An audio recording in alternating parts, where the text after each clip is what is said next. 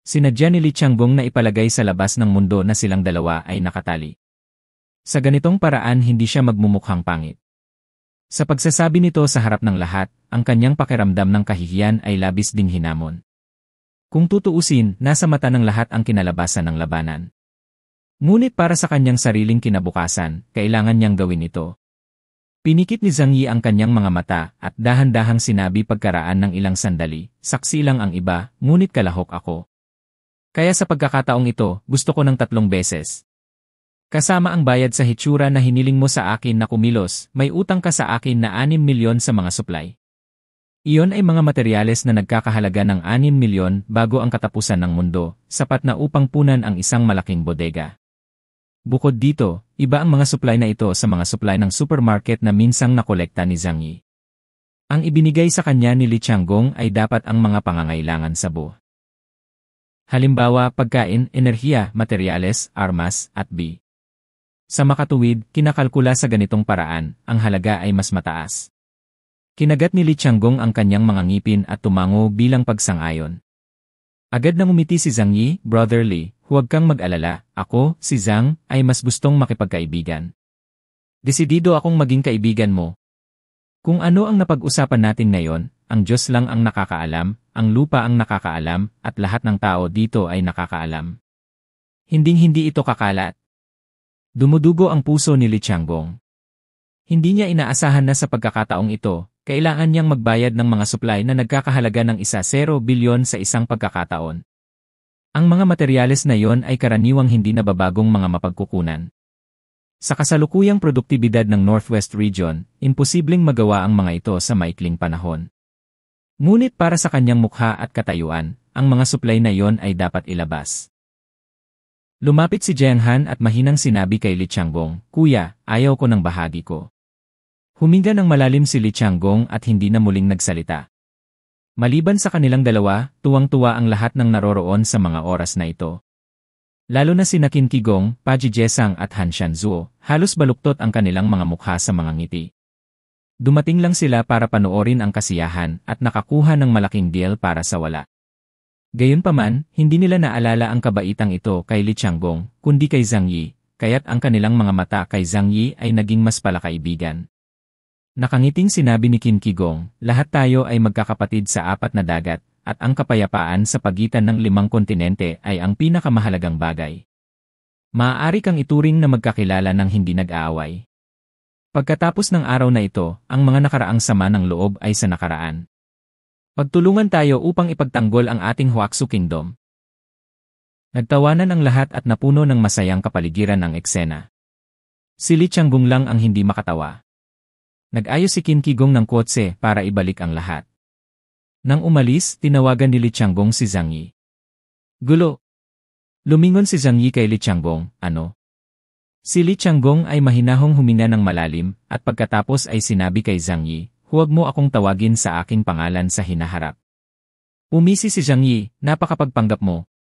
Ang kumbensyon ng mga pangalan ng code ay nagmula sa militar, na ginagamit upang itago ang pagkakakilanlan ng isang tao sa panahon ng misyon.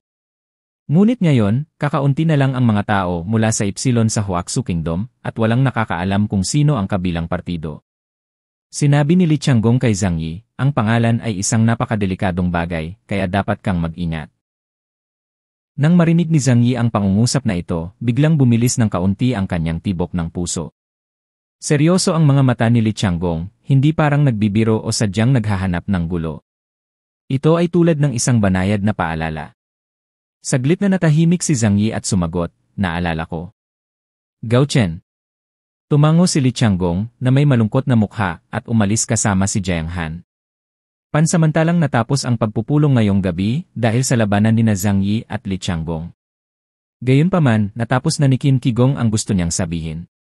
Hiniling niya sa mga kinatawan mula sa bawat rehiyon na pag-isipang mabuti ito pagkatapos bumalik at bigyan siya ng tugon sa loob ng 1 linggo. Talagang sasang-ayon si Li Changgong. Kailangan na niyang gawin ang isang bagay para patatagin ang kanyang posisyon. Natalo lang siya kay Zhang Yi, kaya partikular na mahalaga para sa kanya na lumahok sa operasyon sa Qinling Mountains at makakuha ng 1 piraso ng Yuan Mine.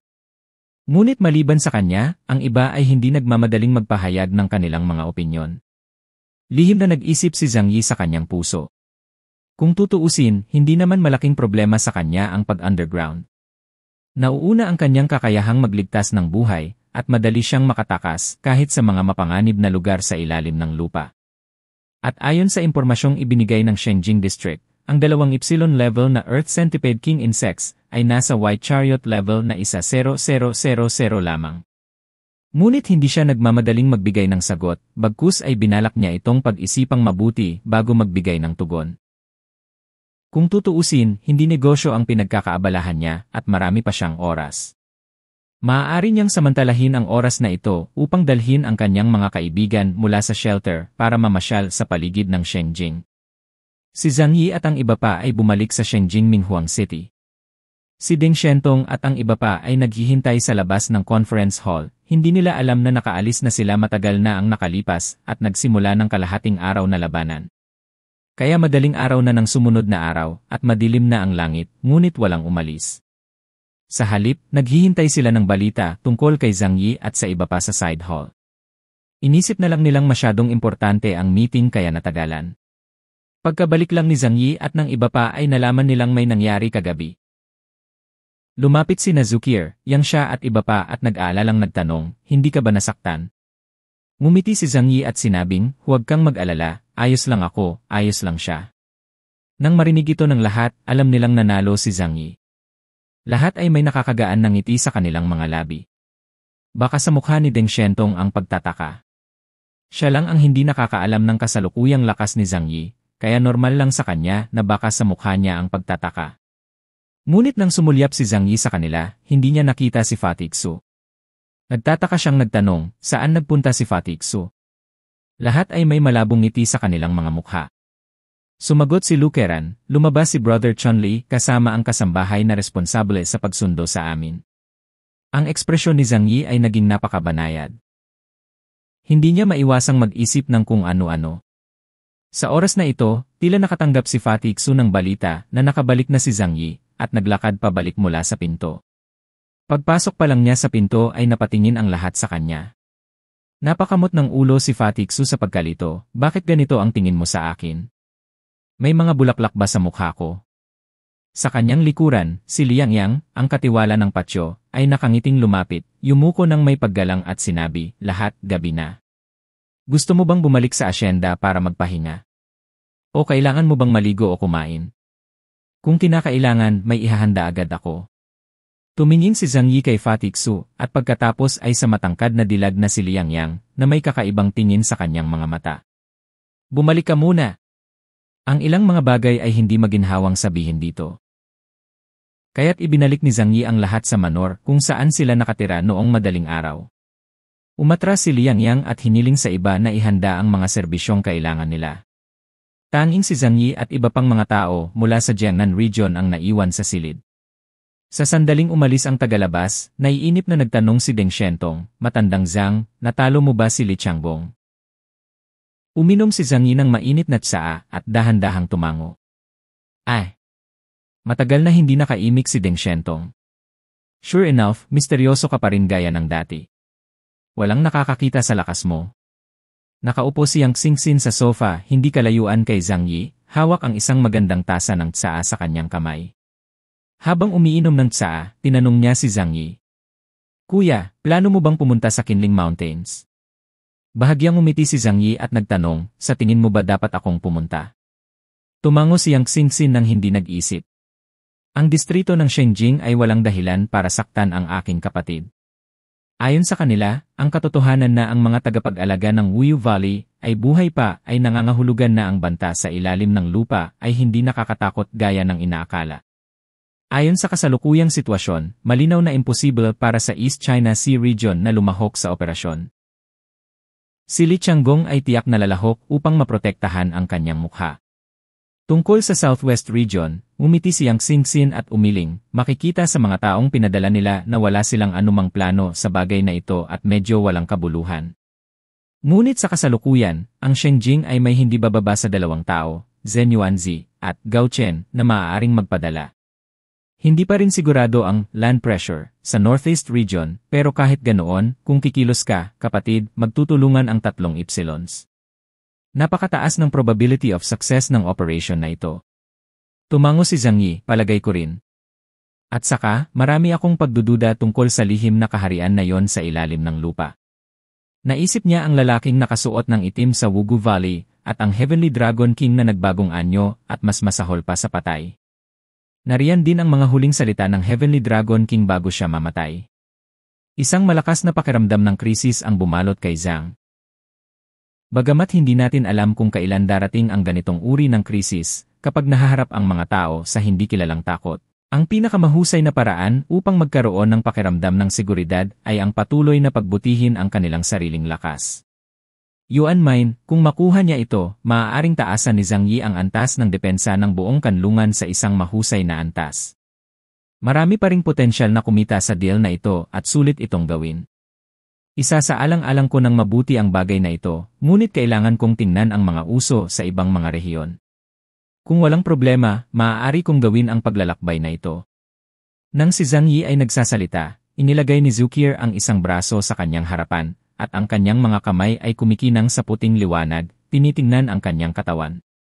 Para maiwasan siyang lihim na masugatan sa pakikipaglaban kay Li Changbong. Tumingin si Zhang Yi sa kanya, pagkatapos ay kay Yang Xingxin, Yang Xia at iba pa. Ngumiti siya at sinabing, walang masyadong nangyari nitong mga nakaraang araw. Maaari tayong magsaya sa Shenjing.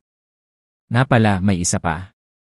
Lao Deng, halika at tulungan mo akong ayusin ito. Tumingin si Zhang Yi kay Deng Shentong. Ang pamilya Deng ay may malalim na pinagmulan sa Huaxu Kingdom at may malawak na koneksyon sa Shenjing.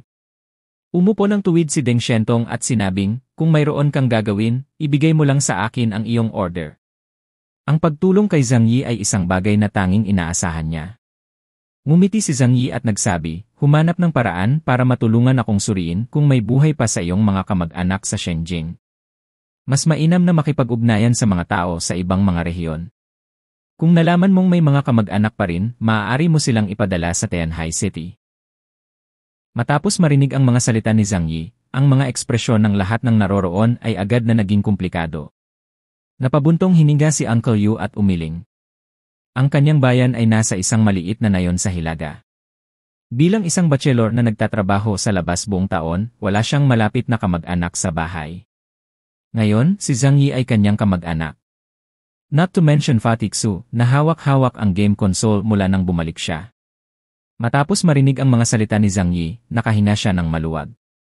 Sa kabutihang palad, lahat ng tao sa aming nayon ay patay na. Pagkatapos ay ibinaba niya ang kanyang ulo at nagpatuloy sa paglalaro. Ngunit iba si Yang Xingxin at iba pang kababaihan. Ang pamilya Yang at ang pamilya Zhu ay parehong itinuturing na mabuting pamilya. Si Lu Keran ay hindi mula sa isang mataas na background, ngunit ang kanyang mga magulang ay mataas din sa antas na intelektual. Pagkatapos ng apokalipse, ang posibilidad na mabuhay ang kanilang malapit na kamag-anak ay mas mataas kaysa sa mga ordinaryong tao. Imposibleng sabihin na ayaw mong hanapin sila. Kaya lang may mga alalahanin din sila sa kanilang mga puso. Kung mahanap mo ang iyong pamilya, magpapatuloy ka bang maninirahan kasama si Zhang Yi o mananatili sa iyong pamilya? Ang ekspresyon ni Yang Xingxin ang pinakakalma. Humigop siya ng kape sa kanyang tasa at mahinahong sinabi. Wala akong pamilyang hahanapin. Ang kanyang ama ay namatay sa sakit sa kanyang mga unang taon, at ang kanyang ina ay muling nag-asawa sa ibang bansa at nagkaroon ng kaunting pakikipag-ugnayan sa kanya. Kung hindi sana siya ipinagkatiwala kay Yang Xia para alagaan siya at ipinadala sa isang saradong paaralan ng aristokratikong tulad ng Tianqing Academy upang mag-aral. Sa makatuwid, ang tanong ni Zhang Yi ay hindi natitinag sa kanyang puso at direktang tinanggihan niya ito. Ngunit hindi lahat ay libre at kasingdali niya. Pagkatapos ng katapusan ng mundo, lagi silang umaasa na buhay pa ang kanilang mga kapamilya.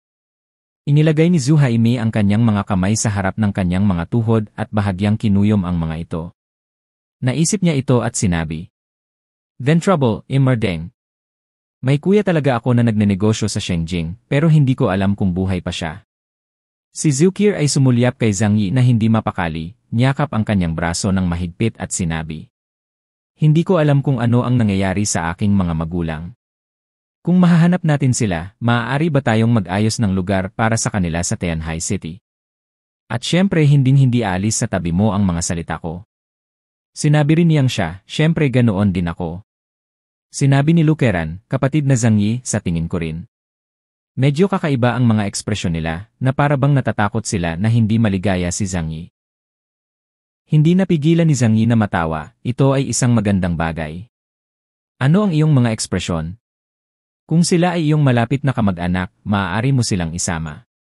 Ang Tianjai City ay kayang suportahan sila ngayon. Nag-isa si Zhang Yi.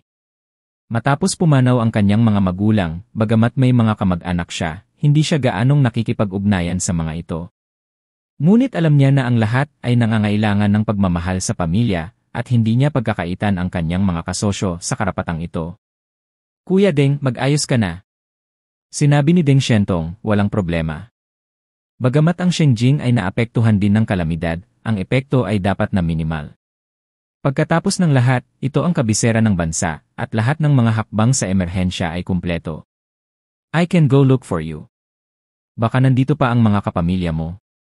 Ngunit kailangan mo ring maging handa sa pag-isip, ikinalat ni Deng Shentong ang kanyang mga kamay, sasabihin ko muna ang mga pangit.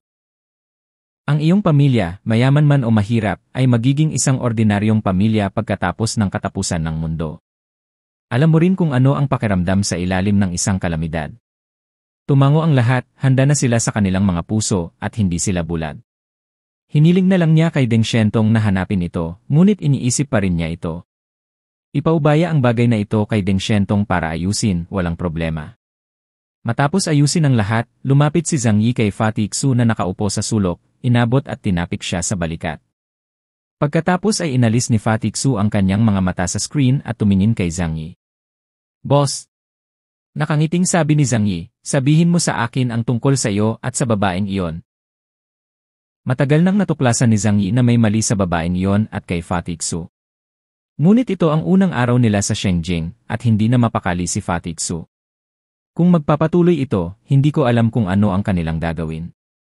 Dapat ay may harapang pagsusuri si Zhang Yi. Nang marinig ni Fatih Xu na itanong ito ni Zhang Yi, alam niyang tungkol ito kay Liang Yang.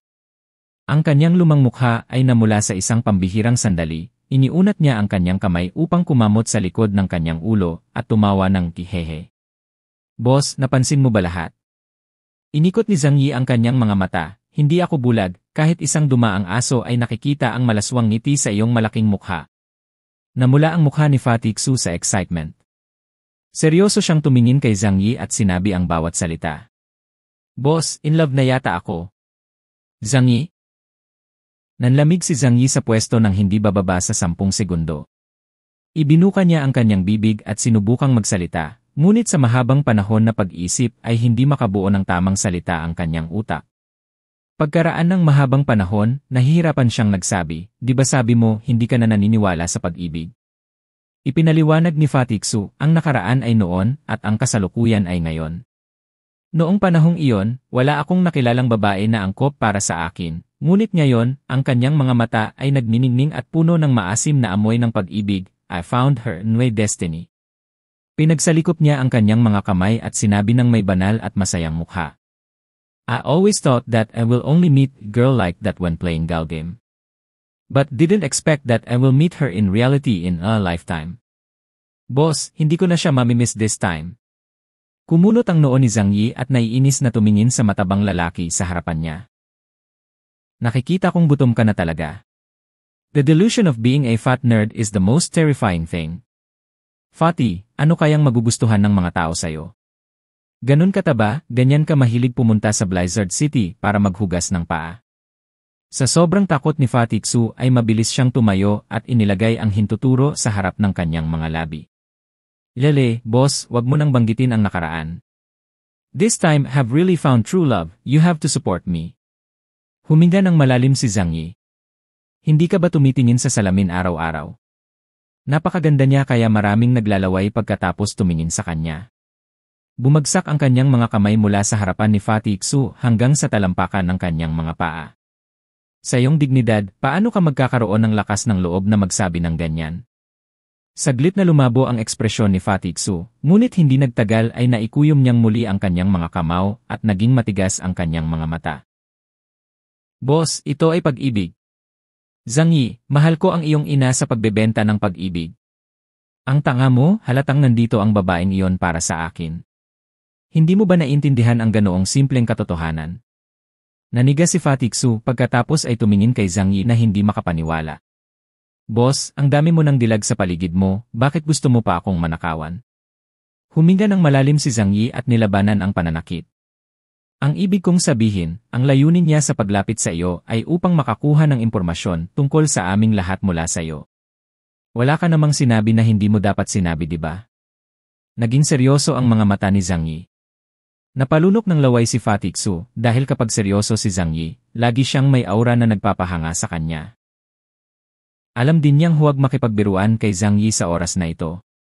Umiling si Fatixu na parang kalansing, Boss, hindi. Ni hindi man lang siya nagtanong tungkol sa iyo. Mahinahong sinabi ni Zhang Yi, ikaw at siya ay isang araw palang magkakilala, at mahal mo na siya hanggang sa kamatayan. Kapag umibig ka sa kanya, at tinanong ka ng mga tao ng mga random na tanong, gugustuhin mong hubarin ang iyong damit na panloob at ipakita ang mga ito sa kanya. Mataba, okay lang ba ako sa mga tao sa paligid ko? Naisip ni Fatixu sa kanyang sarili, kung gusto niyang hubarin ko ang aking underwear, hindi ko maiwasang hilingin ito. Boss, napakabuti mo sa amin, alam na alam ko ito. Tumango si Zhang Yi, bueno, mabuti na alam mo. Ngunit ang ganitong uri ng kabaitan ay hindi walang mga kinakailangan. Ako ay mabait lamang sa aking sariling mga tao. Hindi na siya masyadong nagsalita, tinapik lang niya si Fatixu sa balikat at bumulong sa kanyang tainga. Kung ibunyag mo ang anumang impormasyon tungkol sa akin o sa amin sa mga tagalabas, kung gayon para sa kapakanan ng ating nakaraang pagkakaibigan, ipapadala kita sa Chaoyu base upang patakbuhin ang generator. Nagulat si Fatixu sa lahat. Bagamat hindi pa siya nakakatapak ng generator, nakita niya mismo ang mga kondisyon ng tatlong pangunahing base. Bagamat ang lahat sa kanlungan ay walang alalahanin tungkol sa pagkain at pananamit, ang kanilang buhay ay napakahusay. Ngunit sa tatlong pangunahing base sa Tianhai City, halos hindi pa rin nabubuhay ang mga tao. Halos araw-araw ang mga nasa grassroots level maliban sa pagkain at pagtulog, parang mga hayop na nabubuhay lang para mabuhay. Ang ganoong uri ng buhay ay mas masahol pa sa kamatayan para kay Fatixu ngayon. Huwag kang mag-alala, boss, hinding-hindi ako magbubunyag ng salita sa kanya. Agad na tumayo si Fatixu at sumigaw sa pinakamataas na boses. Bahagyang umiti si Zhang Yi. Hindi ako tumitingin sa sinasabi mo, tumitingin ako sa ginagawa mo. Tinapik niya si Fatixu sa mataba niyang mukha at sinabihang umalis na siya rito. Sa puso ni Zhang Yi, natukoy na niya na may mali sa babaeng nagngangalang Liang Yang. Gayunpaman, may isang bagay na hindi niya maisip. Si Liang Yang ay kabilang sa Longming Guard sa Shengjing na isang napakahusay na unit. Bilang kasambahay na naglilingkod sa kanila, si Liang Yang ay dapat na isang napakaprofesional na tao. Kahit na gusto niyang magtago upang mangalap ng impormasyon, hindi niya ito gagawin sa isang kapansin-pansing paraan. Kahit na gusto mong gumamit ng beauty trap, dapat kang direktang pumunta para akitin si Zhang Yikai. Masyadong peking akitin si Fatixu. Hindi kaya alam niya na gentleman ako at natatakot siya na hindi siya kaakit-akit. Hinaplos ni Zhang Yi ang kanyang baba, pakiramdam na tiyak na may kakaiba sa likod ng pangyayaring ito. Bibigyan niya muna ng bakuna si Fatixu at pagkatapos ay tingnan kung ano ang gustong gawin ng babae. Kung talagang gusto ni Liang Yang si Fatixu. Well, ito ay para sa pinakanakakatawang biro ng taon. Maliban kung may mali sa kanyang mga mata, wala talagang pagkakataon. Pagkabalik ni Li Changgong, agad na dumating ang kanyang 5-pole war gods para batiin siya. Inilagay ni Li Changgong ang kanyang mga kamay sa kanyang likuran, na may nakaiwas na ekspresyon sa kanyang mukha, at hindi umimik, ngunit ito ay nagbigay sa mga tao ng pagmamalaki. Nang makita ito, ang kanyang mga nasasakupan ay medyo nalilito sa kung ano ang gagawin ni Li Changgong sa labanang ito. Pagkatapos nilang bumalik sa lugar na kanilang tinutuluyan, lumapit ang Asari War God at pinuri.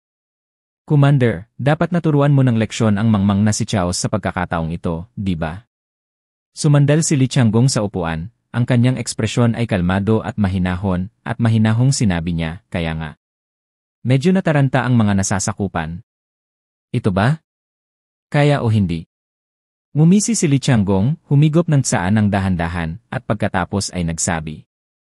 I didn't expect that Chaos is actually quite powerful. Ang code name niya ay Absolute Defense. Kapag inaaway niya ako, nagdedepensa lang siya pero hindi umaatake. Tumatakas lang siya.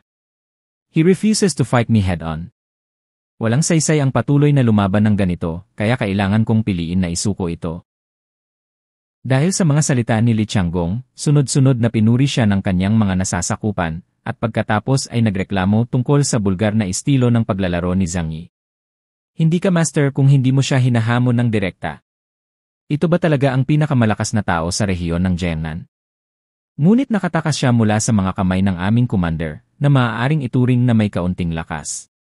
Bahagyang kumunot ang noo ni Li Tianggong, sayang na minamaliit ko si Chaos. Nahulog ako sa pakanan niya. Ang Earth War God sa gilid ay mabilis na nagtanong, Commander, ano ang ginawa niya? Si Li Tianggong ay nagbigay ng isang mapait na ngiti, umiling at sinabing, itinago niya ang kanyang lakas at pagkatapos ay nakipagpustahan sa akin. Akala ko ay may pagkakataon akong manalo, ngunit hindi ko inaasahan na siya ay dayain. Sa pagkakataong ito, kailangan kong bayaran siya ng maraming gamit bilang taya. Maayos naman ang lahat pagkatapos marinig ito. Ito ay isang kabayaran lamang para sa ilang mga supply, na hindi isang malaking problema para sa Northwest Region. Ang buong hilagang kanlurang rehiyon ay pag-aari ni Li Tianggong, at natural niyang maibibigay ito sa sinumang gusto niya. Hiniling ni Li Tianggong sa Diyos ng digmaan na makipag-ugnayan at inutusan ang Military Supplies Department ng Northwest Region na agad na maghatid ng malaking halaga ng supply sa Shengjing. Ang Five Extremes God of War ay natural na hindi nangahas na magkaroon ng anumang opinyon. Ngunit sa pagkakataong ito ay mayroon pa ring ilang pagkalugi na medyo makakasira sa mukha ni Li Tianggong. Ang Antarctic God of War ay nag-aalala na nagsabi, natatakot ako na ang ilang mga tao sa rehiyon ay hindi kumbinsido at lihim na magkalat ng mga alingaw-ngaw. Ngumisi si Li Tianggong nang hindi sumasang-ayon. Sumandal siya sa sofa seat at nag-cross legs. Ilan lang silang mga kabataan, walang dapat ikatakot. Gayunpaman, ang kanyang mga mata ay naging malamig, may isang tao sa distrito ay maaaring nagtaksil sa akin. Hindi rin naman siya tanga. Matapos dumaan sa labanang ito, ang isang pagkatalo ay isang pagkatalo, ngunit babalikan din niya ang laban na ito. Kung iisipin mong mabuti, makikita mo na kahit na si Zhang Yi ay tila medyo nagmamadali sa simula, hindi siya nakaranas ng anumang pagkalugi, at lahat ng mga tugon na ginawa niya kalaunan ay tila inaasahan ang kanyang mga kakayahan. Ito ay hindi mukhang hindi handa sa lahat. Hindi alam ng maraming tao ang tungkol sa mga kakayahan ni Li Tianggong, at kakaunti ang mga tao sa ibang mga rehiyon ang nakakaalam ng eksaktong kakayahan niya. Ilang tao lang sa Northwest Region ang nakakita sa kanya na kumilos. Kapag natapos na ang mga bagay-bagay dito, tiyak na magsasagawa ako ng masusing investigasyon. Alisin ang mga palihim na kumakalaban sa akin. Ang pangalan ng Eseri War God ay Cheng Lanlan. Nang marinig niya ito, agad siyang ngumiti ng may alam at sinabi, Commander, may ideya ako, iniisip ko kung masasabi ko ito. Sumulyap si Li Tianggong sa kanya. Si Cheng Lanlan ang kanyang pinakamahalagang tiwala. Hindi lamang siya namumukod tangi sa martial arts, ngunit napakahusay din niya sa paggawa ng mga bagay-bagay. Maaari siyang ituring na tagapayo ni Li Tianggong. Oh, ano sa tingin mo pero hindi mahalaga? Isang malalim na ngiti ang lumitaw sa sulok ng bibig ng Diyos ng digmaan sa langit, at may ngiti sa kanyang mga mata, ngunit wala man lang init. Sobrang lamig kaya medyo natakot ang mga tao. Gumamit ng mga trick ang Chaos sa labanang ito at halos hindi nakatali sayo. Kung makaharap mo siya sa larangan ng digmaan, tiyak na hindi mo siya kalaban. Bakit hindi mo ibalik ang balita at sabihin na natalo mo na ang pinakamalakas na alien Chaos sa rehiyon ng Jiangnan? Matatakot ang mga kabataang iyon. Ang mga transported na materyales ay maaaring bigyang kahulugan kung kinakailangan para sa operasyon ng Kinling. Hanggat naresolba ang usapin sa Kinling Mountains at nakuha ang 0% ng Yuan Mine, natural na malulutas ang lahat ng problema. Kumunot ang noo ni Li Tianggong, okay lang ba ito? Bagamat sinabi niya ito, siya ay lubos na nasisiyahan sa kanyang puso. Ang Diyos ng digmaan sa langit ay talagang tapeworm sa kanyang tiyan, at ganap niyang ipinahayag ang kanyang panloob na mga saloobin. Bagamat natalo siya kay Zhang Yi, sa ibabaw, kailangan pa rin niyang ideklara sa Northwest Region na siya ang nanalo. At ang ganitong uri ng balita ay kumakalat sa hindi opisyal na paraan. Hanggat sapat na mga tao ang nagsasabi nito, ito ang magiging kasunduan ng lahat sa Northwest Region. Kahit na ito ay natuklasan ni Zhang Yi o ng ibang mga tao mula sa distrito balang araw, maaari itong balewalain bilang alingaungaw dahil hindi ito sinabi mismo ni Li Changgong. Tumango ang Lairi War God at nagsabi, lahat ay para sa katatagan ng rehiyon. Ito ay kinakailangan. At saka, hindi ba't maaari mong talunin ang Chaos? Si Zhang Yi ay binaril ang kanyang sarili sa paa sa pamamagitan ng pagsalungat sa iyo. Pagkatapos magsalita, ibinaba ng Lairi War God ang kanyang ulo, isang hitsura ng kawalan ng kakayahan ang sumilay sa kanyang mga mata. Maaaring hindi alam ng iba ang nangyari, ngunit nahulaan na niya ito. Anong mapagmataas na tao si Li Changbong? Noong una siyang dumating sa Blizzard City, ginamit niya ang kanyang kapangyarihan para madaig ang iba at dumiretso sa pintuan ni Zhang Yi para anyayahan siyang lumaban. Kung manalo siya sa pagkakataong ito, hindi na siya tatahimik gaya ngayon. Kaakibat ng requirement na i-transport ang tinatawag na bet materials, kung pag-iisipan mong mabuti, mauunawaan mo kung ano ang nangyayari. Gayunpaman, kahit na talagang matalo si Li Changgong, hindi dapat matalo si Li Changgong.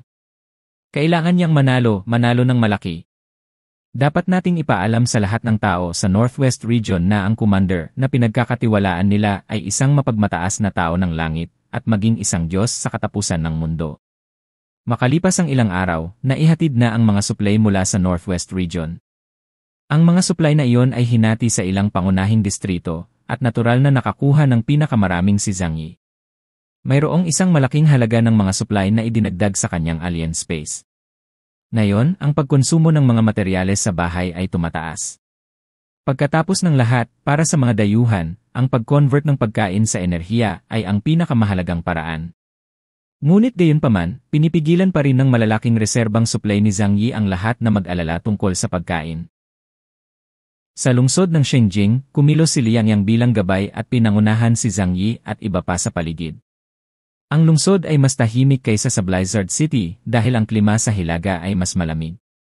Tanging ang mga taong tulad ni Zhang Yi ang makaka-enjoy sa pinakamataas na antas ng combat uniform at malayang makagalaw sa napakababang temperatura na -7 hanggang 80 degree. Dinala ni Liang Yang ang lahat sa isang malaking sinaunang balon. Nakangiting ipinakilala niya, ito ang Suolongjing. Sinasabi na ito ay itinayo ng demonyong monghe na si Yao Guangxiao noong panahon ng paghahari ni Emperor Zhu Di ng Dinastyang Ming. May 2 dragon na nakalock sa ilalim. Sa paligid ng Suolongjing, ang yelo at niebe sa lupa ay nalinis ng napakalinis. Maaaring hindi ito posible sa Blizzard City dahil ang normal na pang-araw-araw na operasyon ng mga snowplow ay nangangailangan ng maraming enerhiya. Akin si Yuan. Ang pangalang ito ay pumasok sa isip ni Zhang Yi, at bigla niyang napagtanto kung bakit kailangan siyang payagan ni Yang Xinxin na lumahok sa operasyong ito. Kung talagang makukuha niya ang 1 sentimo kong yuan, baka maitayo niyang muli ang Tianhai City. Hindi niya maiwasang isipin ang dating maunlad na lungsod, at hindi napigilan ni Zhang Yi na maging emosyonal. Ito ay lumiliko na ang katapusan ng mundo ay dumating lamang ng kaunti sa 1 taon na ang nakalipas. Pero bakit pakiramdam niya ay 1 siglo na ang lumipas? Nagbabago ang mga bagay at nagbabago ang mga tao, malamang na ganoon. Naroon na si Liang Yang at nakangiting ipinakilala sa lahat. Ang mga tao mula sa Shenjing ay pumupunta rito sa panahon ng mga kapistahan at nagtatapon ng mga barya sa balon upang manalangin para sa mga pagpapala. Sinasabi na ito ay magdadala ng swerte. Nang marinig nila ito, biglang nagliwanag ang mga mata ng mga babae sa bahay. Hindi ito masyadong naintindihan ni Zhang Yi, ngunit ang mga babae ay mukhang interesado sa mga pagpapalang ito at iba pang bagay maliban kay Yang Xinxin. Ngunit ang unang taong nasagasaan ay si Fa Tixu. Tinaas niya yung kanang kamay niya, mauna na ako. Hi! Tumingin si Zhang Yi kay Fa Tixu, ang kanyang mukha ay namumula sa kaligayahan at ang kanyang mga mata ay mas maliwanag kaysa karaniwan. Hindi ko alam kung ilusyon ba yon, pero iniisip pa nga ni Zhang Yi na medyo naging gwapo ang matabang lalaking ito kamakailan. At least alam niyang maghugas ng mukha gamit ang facial cleanser pagkatapos bumangon araw-araw. Ito ba ang kapangyarihan ng pag-ibig? Mahinang sabi ni Zhang Yi. Nang tignan niya ang nakangiting si Liang Yang, itinaas niya ang kanyang kilay. Ano ang gustong gawin ng lalaking ito?